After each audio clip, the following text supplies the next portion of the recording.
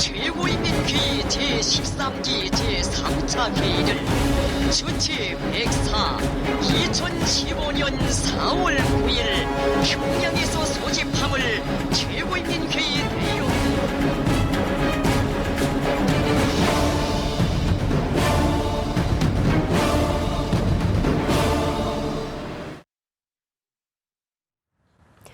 우리의 국회격인 북한의 최고인민회의가 열렸습니다. 광복 70주년에 열리는 회의여서 이른바 꺾어지는 해를 중요시하는 북한이 어떤 결정을 내놓을지 그 결과에 관심이 쏠리고 있는데요. 이런 가운데 북한에서는 또다시 2인자 자리를 둘러싼 시소게임이 벌어졌습니다. 황병서가 최룡해 대신 정치국 상무위원이 되면서 서열에서 앞선 건데요. 고려대학교 북한학과 유호열 교수, 북한대학원대학교 양무진 교수와 함께 관련 내용 짚어보겠습니다. 네, 안녕하십니까? 안녕하십니까? 안녕하십니까? 네, 안녕하십니까? 예. 평양에서 최고인민회의 13기 3차 회의가 열렸습니다. 앞서서 이야기했듯이 광복 70주년에 열리는 거기도 하지만 또 김정은이 3년 탈승을 마친 뒤에 처음 열리는 회의인데요. 어떤 의미를 부여하시겠습니까?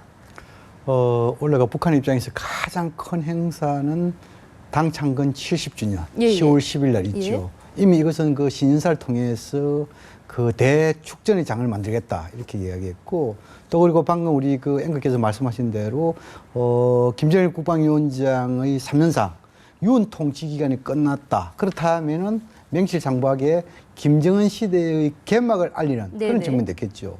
또 더 나아가서 지금은 이제 우리 민족사 입장에서 보면은 광복, 분단 70주년 이런 역사적인 그런 측면이 됐겠죠. 그래서 아마 이러한 측면에서 이번 최고인민회의에 또 중요성이기 때문에 김정은 제1위원장이 참여하지 않겠느냐, 저는 그렇게 분석을 합니다. 교수님께서는 이번 회의 어떤 점에 주목을 하고 계십니까? 그래서 이제 그 김정은 시대가 이제 본격적으로 개막한 지 이제 4년 차거든요. 예, 예.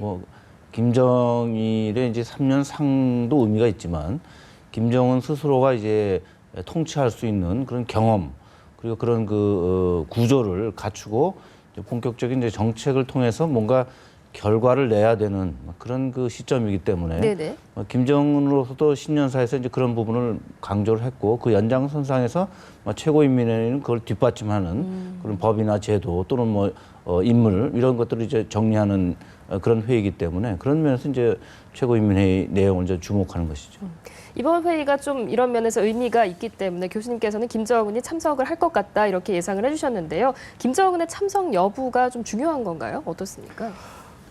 지금 이제 김정은 제1위원장이 공식적으로 당정군에 등극한 것은 2012년이지요.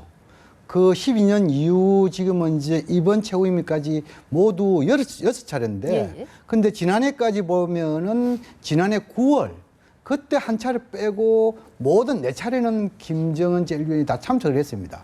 그 참석한 이 이유를 보면은 김정은 제1위원장이 들어와가지고 나름대로 행식과 절차 이것을 좀 중시한 측면이 있습니다. 예. 일례로 국가의 중요한 무슨 이 정책을 결정할 때 당의 정치국 확대를 한다든지 또는 전원회의 또 그리고 그 내각 확대회의 또 이런 최고인회의 이런 것을 주로 하는 거 봤을 때 아마 시스템이 좀 움직이겠다 이런 측면 있지 않겠냐 들고 네네. 특히 김정은 제1위원장이 이런 시스템을 움직이는 지도자로서 그 리더십을 보여주기 위해서는 아마 이번에도 참석할 것이다 보여지고 특히 참석 여부에 대해서는 예를 들어 지금 대의원들이 한 687명이 되지요. 예, 또 그리고 조청연계도 오고 해외도 이 대의원도 오지 않습니까? 이런 기회에 아마 이 당정군 물론 대의원이지만도 아마 최고 지도자와 이런 대의원 간의 스킨십이랄까요? 이걸 통해 가지고 역시 또 그 대의원들은 최고 지도자 만나보는 거고 또 최고 지도자는 이런 길을 통해서 자신의 메시지를 던지는 그런 측면에서 김정은 제1위원장이 최고 회의에 참석하느냐 안 하느냐 이 상징성은 상당히 크다. 저는 그렇게 분석을 합니다. 그렇군요. 저는 이번 회의에서 과연 어떤 경제 정책이 나올지도 좀 궁금한 게요. 왜냐하면 신년사에서 인민생활 향상을 강조를 했기 때문에 이를 뒷받침할 만한 어떤 경제 정책이 나올지 궁금하거든요. 어떻게 보십니까? 그래서 실제로 이제 최고인민회의의 기능이라는 것이 이제 예산하고 이제 결산하는 그런 예, 예. 경제적 기능이 있고 또 최고인민회의가 다루는 그 내용 자체가 주로 이 경제와 관련한 그 내각의 부분들이기 때문에 과거에도 이제 최고인민회의를 통해서 중요한 그 경제 정책들이 발표되거나 아니면 사후에 그것이 이제 밝혀지고 이제 그런 경우이기 때문에 금년에는 이제 김정은 입장에서는 인민들의 생활 또 인민들이 좀 그 편하게 사는 또 어떻게 보면 좀 발전된 모습의 어떤 경제 윤택한 모습 이런 걸 또 보여주려고 하는 게 자기의 그 일종의 정치 또는 통치 방침이기 때문에 이와 관련한 이제 후속 조치들이 나올 가능성이 있다. 물론 이제 그것이 소비 생활을 얘기할지 또는 뭐 제조업을 얘기할지 생산 부분을 얘기할지 또는 뭐 대외 관계를 얘기할지 뭐 신년사에서 얘기한 경우로 본다면 금강산이나 원산지구의 그 특구를 개발하는 문제 이것을 아주 비중 있게 다뤘기 때문에 이것을 이제 구체적으로 법제화하거나 이거 성과를 내는 부분들이 있을 수 있고 또 인민들의 그 경제 생활 관련해서는 단순히 먹는 문제만이 아니고 소비 문제에 대해서도 뭐 지금 북한 사회에서 움직이고 있는 물론 이제 평양에 뭐 한정된 또는 평양에 집중되어 있는 부분이긴 합니다만은 새로운 형태의 어떤 그 유통 구조 이런 소비 생활의 그 패턴들을 법으로 또는 이것을 좀 확산하기 위한 일종의 그 조치들이 뭐 나올 가능성도 있다. 그렇게 좀 예측하고 있습니다. 군사 부분은 어떨까요? 뭐 핵무기라던가 군사력 강화에 대한 이야기도 나올까요? 그렇죠. 저 북한은 지금까지 그 2013년도든가요. 북한 사회주의 헌법에 핵 보유국이다 이렇게 명시를 예, 했죠. 또 그리고 당 국가의 노선으로서 핵 경제, 예. 경제 핵 이 병진 노선을 일단 밝혔죠. 국내에 다 천명했고 그런 측면을 봤을 때 아마 이번 최고인민회의에서는 이러한 그 핵 경제 병진 노선 여기에 대해서 재확인하는 예, 예. 뭐 그런 수준이고 이거보다 더 나아갈 수는 없기 때문에 그래서 아마 정책적으로는 아마 토론자가 나서가지고 좀 재확인하는 수준에서 머물 것이다. 저는 그렇게 전망을 합니다. 또 첨단 무장 장비를 개발하라 김정은이 이렇게 독려하기도 했는데 이 부분에 대한 이야기도 뭐 추가될 가능성이 있을까요? 그래서 이제 이 최고인민회의 기능 중에 하나가 그 대내외 정책 기본 원칙을 수립하는 그 기능이 있습니다. 그런 측면을 봤을 때 뭐 대남 정책, 대정책 또 그리고 방금 제가 말씀드린 대로 핵 경제 백년노선 재확인 이런 할 수 있겠죠. 예. 근데 지금 이제 김정은 시대 들어와가지고 이 백년 노선뿐만 아니고 첨단 과학 무기 이 부분에 대해서 예. 심지어 또 우주 개발 이 부분도 그 헌법에 명시를 했기 때문에 그걸 갖다가 계속 뭐 이렇게 또 새로운 이 법을 개정해도 나올 가능성이 낮다. 오히려 기존의 이런 여러 가지 그 이 법령 이것을 재확인하는 뭐 그런 수준이 되지 않겠느냐. 그래서 이번에 국방 예산 이런 부분도 그렇게 그 예년보다 크게 늘 가능성은 좀 낮다. 예년 수준이 아니겠느냐. 저는 그렇게 전망을 합니다. 그러면은 말씀대로라면 국방보다는 좀 경제 분야의 예산을 더 많이 투입할까요? 어떻습니까? 뭐 실제로 북한에서 그 핵 경제 병진 노선을 이제 채택하고 또 그것을 정당화하기 위한 그런 그 설명 중에 하나가 이제 핵을 보유했으니까 자기들 주장이 예. 이제 경제에 이제 좀 더 많은 그 역량을 투입하겠다. 그렇게 되면 이제 사실상으로는 예산에서 이제 그런 부분이 반영돼야 되는데 뭐 작년 같은 경우에도 진짜 0.1% 정도 뭐 그 국방비가 예산에서 좀 줄어든 부분. 예. 그리고 이제 실제로 북한에서 그런 예산 특히 이제 이런 그 최고인민회의를 통해서 공개되는 그 예산의 어떤 그 비율이라는 것 자체가 갖는 한계가 있기 때문에 이번에도 그런 부분들을 어떻게 급격하게 뭐 바꾸거나 이러지는 않을 것 같아요. 과거에 이제 60년대 김일성 시대죠. 국방 경제 병진 정책을 채택하면서 한 5년인가 6년 동안 국방비 예산이 대폭 늘어. 그때는 이제 반대로 국방을 이제 강화한다는 의미에서 예산에서 국방이 차지하는 비중이 한 30%까지 그렇게 몇 년 동안 지속된 적이 있었는데 그 이후로는 대개 한 15% 내외를 이제 국방비에다 이 할애를 했는데 그것은 실질적으로 그만큼 국방비에 그것만 할 것이냐 하면 그것이 아니라 더 많은 제2경제가 국방에다 쓰고 나머지 부분을 이제 이 민간 부분이라고 할까요? 이 정부 부분에서 예산으로 책정하는 것이기 때문에 사실상 최고인민회에서 다루는 국가 예산이라고 하는 것은 그것을 가지고 국방비의 어떤 증감이라든지 비중을 얘기하기는 현실적으로 어렵습니다. 다만 이제 그것이 만약 의미 있는 어떤 그 변화를 보여준다면 그러면 정책적인 좀 변화가 있다 이렇게 좀 판단할 수 있는데 아직까지는 뭐 그런 부분까지는 가지 않는 것 같습니다. 네. 그렇다면은 인사 개편은 어느 정도 규모로 이루어질까요? 그 말씀드리기 전에 이제 우리 그 유일 교수님께서 잘 지적했는데 북한은 지금까지 이 국가 예산에 대해서 총액에 대해서는 밝히지 않았습니다. 단지 각 분야별의 구성 비율은 밝혔지요. 예. 그런데 일례로 2014년 지난해 보면 우리가 그 북한에서 밝히지는 않았지만도 대략 전문가들의 분석에 의하면은 1년 북한의 예산이 약 한 70억 달러 된다. 이렇게 밝혔고 그 중에서 국방 예산이 약 한 15.9%. 그렇다 하면 약 한 11억 정도, 11억 달러 정도 되겠지요. 또 그리고 이제 그 다음에 하는 것이 뭐냐면 경제 분야입니다. 경제 분야가 한 23 내지 24% 정도. 그렇다 하면 한 16억 달러 정도 되겠지요. 그리고 나머지 부분이 이제 나머지 부분보다도 사회 문화 부분이 있습니다. 뭐 체육이라든지 보건이라든지 여기에서 한 28% 정도 되는 거 알아요. 28% 된다 하면 약 한 20억 달러, 19억에서 20억 달러 되겠죠. 나머지 부분은 기타 행정부서겠죠. 이런 측면을 봤을 때 여기에서 국방 분야가 한 15.9, 16% 되는 거하고 경제가 약 한 23, 4%. 그렇다면 경제가 좀 많겠죠. 예. 뭐 그러나 이것은 그 북한에서 그냥 비율로 밝힌 것이지. 예. 그러나 기타 다른 지하 경제 또는 군 경제 또 다른 측면이기 때문에 우리는 그걸 봐야 된다 이렇게 보여지고 그런 인사 개편 문제와 관련해 가지고 이것도 역시 최고인민회의 기능 중에 가장 중요한 것이 뭐냐면 국가기관의 장들을 선거 소환한다. 이것이 최고인민회의의 기능에 들어 있습니다.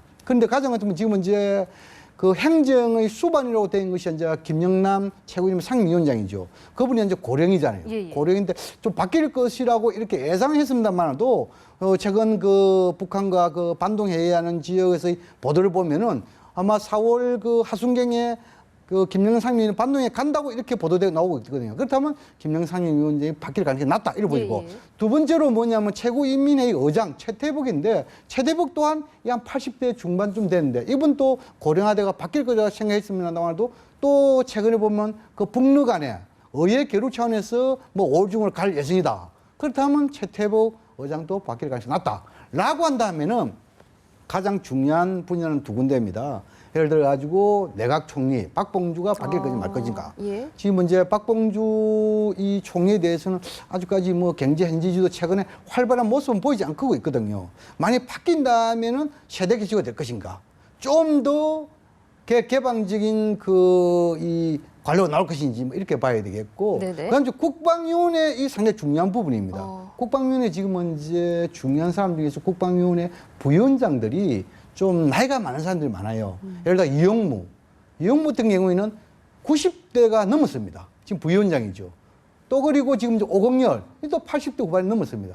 그런 사람들이 지금 이제 바뀌고 좀 교체가 일어나지 않겠느냐 이렇게 예상되고 최근에 그 이 최보위 우리 같은 경우는 경찰청장이죠. 인민보안상 이 사람이 계급이 계속 강등됐단 말입니다. 대장에서 상장 요새 최근에는 뭐 별 두 개가 하나까지 떨어졌다 이런 이야기 있는데 그것은 아마 그 이 지난해 올해 뭐 들어가지고 여러 가지 그 사건 사고가 많았지 않습니까? 예를 들어가지고 평양시내 아파트가 붕괴되고 뭐 이런 그런 차원에서 최보위가 계속 인민보안상으로서 국방위원으로 계속 남을 것인가 아니면은 바뀔 것인가 뭐 이런 것도 이번 인사에서 좀 관심 포인트가 아니겠느냐 그렇게 예상을 해봅니다. 그러니까 내각과 국방위원회 인적 개편을 좀 주의 깊게 봐야 될 것 같습니다. 또 최근 들어서 이란 핵 협상이 타결됐지만 북한은 뚜렷한 입장은 내놓지 않고 있는데 최고인민회의에서 이런 입장을 내놓을 수도 있는 건가요? 그래서 최고인민회의는 예. 기본적으로 이제 외교나 국방에 관해서는 뭐 새로운 어떤 그 정책을 발표하거나 그러지는 않고요. 예. 사실 이제 그런 부분들은 이제 국방위원회의 어떤 결정이 아니면 당에서 하든지 그래서 이 핵 관련해서 어떤 조치가 나올 것 같지는 않고요. 예. 다만 이제 최근에 북한의 그 입장은 이란과 자기들은 이제 다르다 그런 입장을 계속 강조하고 있고 핵은 절대로 포기하지 않는다 이것을 뭐 유엔에서도 자기네들 강변하고 있고 국제사회에서 특히 이제 이 부분을 강조하는 것은 뭐 미국과의 그 대화에 있어서도 자기네들 주장대로 핵을 보유한 상태에서 하고 또 중국에 대해서도 이제 간접적으로 자기네들의 입장을 전하는 것이다. 이란과 북한은 사정도 다르지만 그것을 바라보는 북한의 시각 역시 매우 차이가 난다. 핵을 포기하지 않는 입장을 계속 고수한다. 이렇게 봐야 될 것 같습니다. 네. 최고인민회의 이제 지금 저녁이 됐으니까 좀 마무리가 됐을 것 같은데 어떤 내용들이 이제 보도가 될지는 지켜봐야 할 것 같습니다. 이번에는 황병서와 최룡해 간의 어떤 권력 시속 게임이랄까요? 이런 부분에 대해서 여쭤보고 싶은데 황병서가 노동당 정치국 상무위원이 된 것으로 보이거든요. 김정은이 이렇게 어떻게 보면 이인자들을 관리하는 게 제2의 장성택이 되는 걸 막기 위해서일까요? 글쎄요. 그 김정은 제1위원장이 군에 대해서는 계급을 뗐다 붙었다. 예. 또 그리고 그 당에 대해서는 고위급의 경우에는 뭐 정치국 상무위원 자리를 줬다가 또 빼앗았다가 뭐 이런 사항이 있는데 그러나 기본적으로 북한은 1인자만 존재할 뿐이지 2인자는 없다. 예, 예. 그 2인자는 서방에서 주로 만들어낸 그런 거 아니겠습니까? 특히 이제 북한에 있어서 정치국 상무위원 이렇게 하면은 권력적인 차원에서 일종의 최고의 해체지요. 최고의 정치국 해체. 해체지, 예. 해체. 그런데 이제 보통 보면은 북한에서 보면은 그 총비서, 지금 현재는 국방위 제1위원장이죠. 김정은, 그 다음 이제 최고인민회 상임위원장 김영남. 과거에 보면은 총정치국장, 그 다음 제 총참모장. 이런 사람이 다 그 상무위원이 되었습니다. 예, 예. 또 더 나아가지고 내각 총리도 그렇게 됐죠. 근데 김정은 시대 들어와가지고 이 상무위원 자리가 조금 줄어들었습니다. 지금은 3명인 건가요? 그렇죠. 김정은 제1위원장과 김영남 상임위원장 그리고 황병서. 예, 예. 그런데 이제 아마 지금은 이제 황병서가 상무위원 그 직을 받았다는 것은 그만 지금 신뢰의 표시있지만도 혹시나 최용해가 상무위원이 아니고 정치국 위원이 되더라도 예. 그 아마 그 측근으로서 역할은 다 할 것이다. 그래서 너무 최영애와 황병서 이거 다 권력 투쟁의 관점에서 바라볼 필요는 없다. 저는 오히려 그 김정은 제1위원장이 서로 충성심을 더욱더 발휘하도록 나름대로 양옆에 두면서 때론 견제시키면서 예, 예. 충성심을 이끌는 그런 하나의 그 리더십의 일환이 아니겠느냐. 저는 그렇게 분석합니다.